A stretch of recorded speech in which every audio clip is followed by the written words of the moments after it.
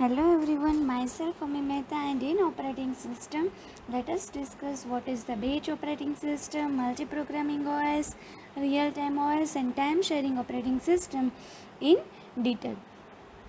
So the first one is batch operating system. So what is actually happening in this batch operating system?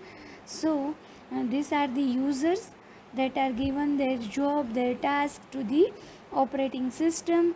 And that operating system divide that jobs into different batch, and then it provided to CPU. So this is batch 1, this is batch 2. So this is done by the operating system. Now let us discuss in detail that early computers were large machines having input devices like card readers and tape drives, and output devices like printers and tape drives and card punches. So the user of such system did not interact directly with the computer system. So a user prepare a job. So what is in the job? That it consists of data, program and control information about the job and used to submit it to computer operator. Okay, so it and then it's submit to the computer operator. Now the operating system is what is the task of operating system? So it's fairly simple. Its major task was to transfer control automatically from one job to next. The operating system was always in the memory. So operator used to batch up jobs with similar needs into a group to speed up the processing, and the operator used to batch up the job submitted to him. So the batch system has no interaction between the user and the job while the job is executing. So this is the most important point in the batch operating system, that there is no interaction between the user and the job while the job is executing. So the job is prepared and submitted, and sometime later the output appears. So the delay between job submission and job completion is called turnaround time. So the CPU is often ideal. This idealness occurs because the speed of the mechanical input output device is slower than the electronic devices. So that may be happen that CPU is often ideal in this batch operating system. So this is input batch of jobs. So in memory operating system job, when this job is complete, another job is loaded or taken by operating system, and then a second job is executed and the output is given. So what is the advantage of it? That it is simple, difficult to debug program.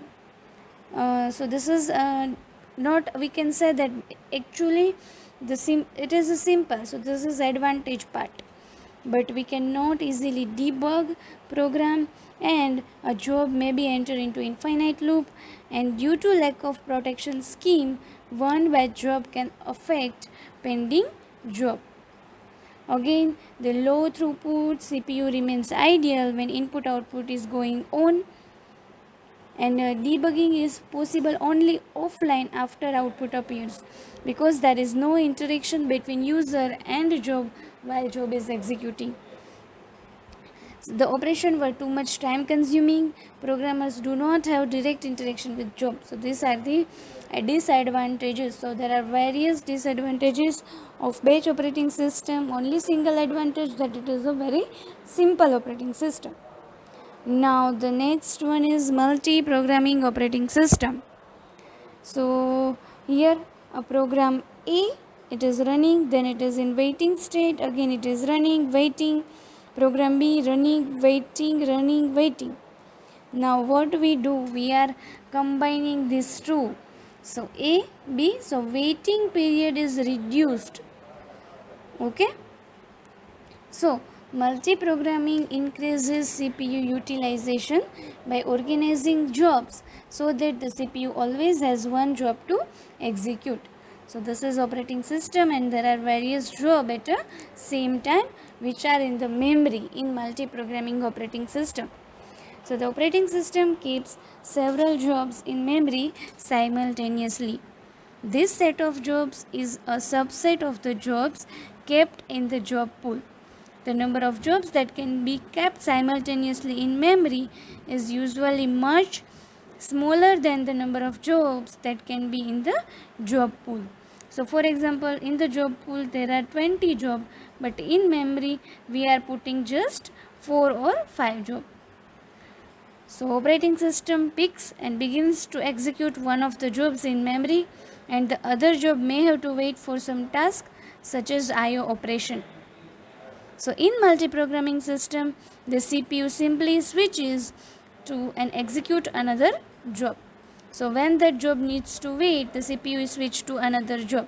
So that's why the CPU utilization will increase, which is not utilized CPU may be ideal for lots of the time in the batch operating system.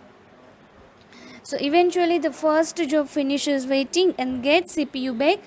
CPU has always at least one job to execute. So we are keeping CPU so much busy or we cannot say that busy, but we actually utilize the power of CPU in multi-programming OS. So in multi-programming operating system, all the jobs that enter the system are kept in the pool. This pool consists of all processes residing on disk awaiting allocation of main memory. So when the operating system selects a job pool, it loads that job into main memory, which is called the job scheduling.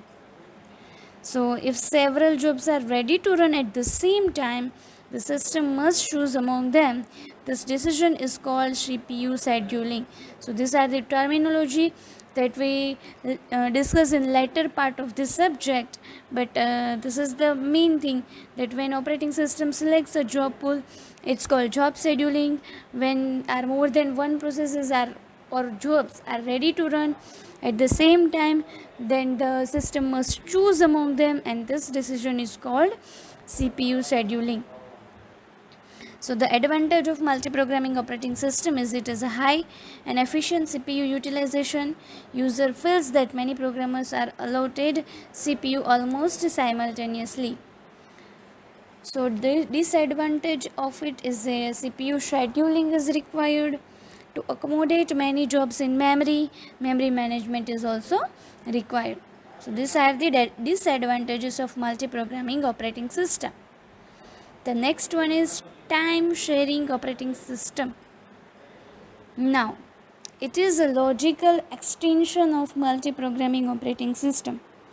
The ability to execute more than one task at the same time. A task being a program is called multitasking.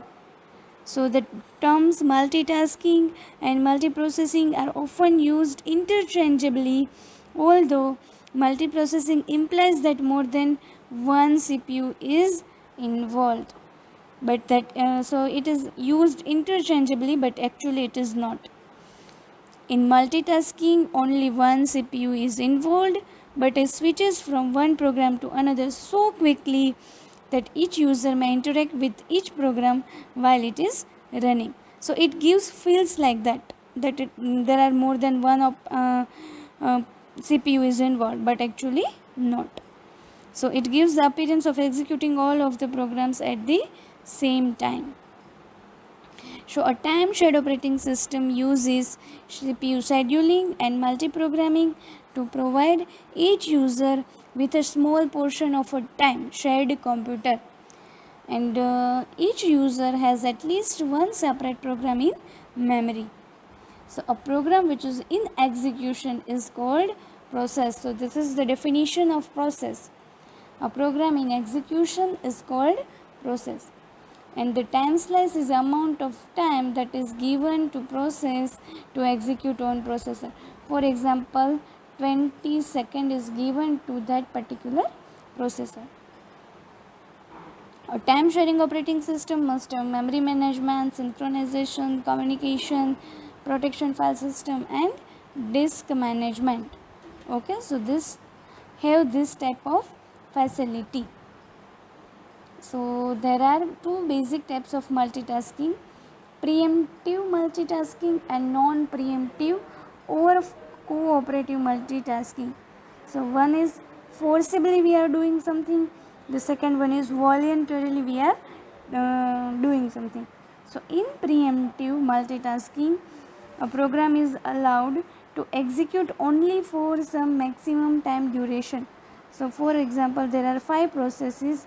We are giving each process some maximum time, which is 10 seconds.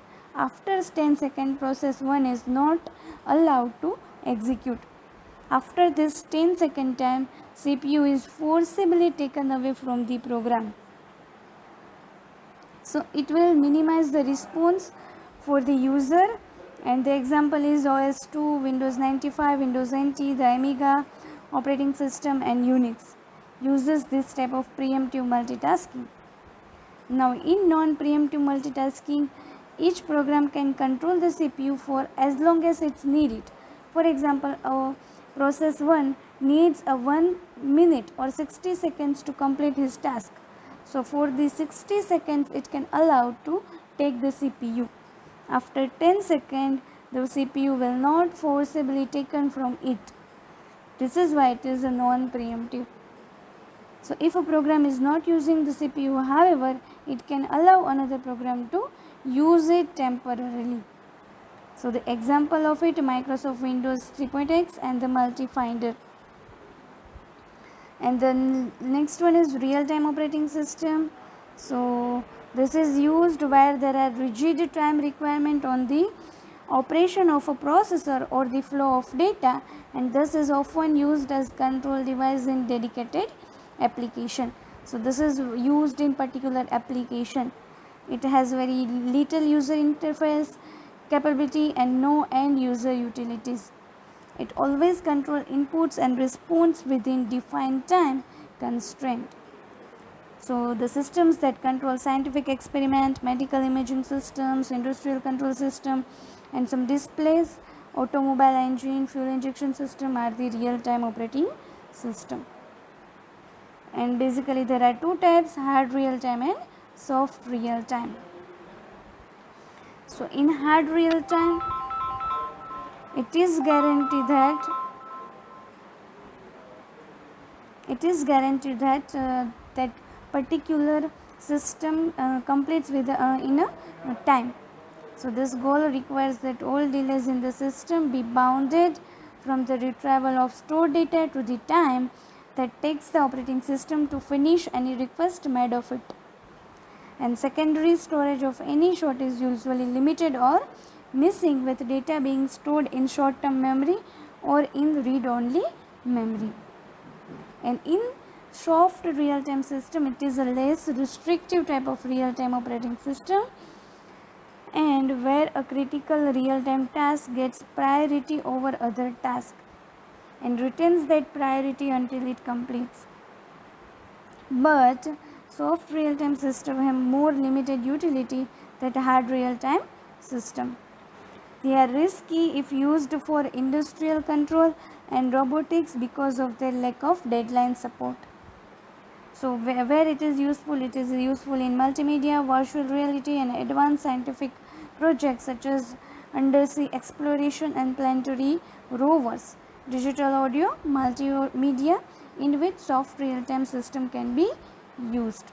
Okay, so these are the 4 basic category or the main category of the operating system that we discussed: batch operating system, multi-programming operating system, then this is the real-time operating system, and the previous one is multitasking operating system. Okay, thank you.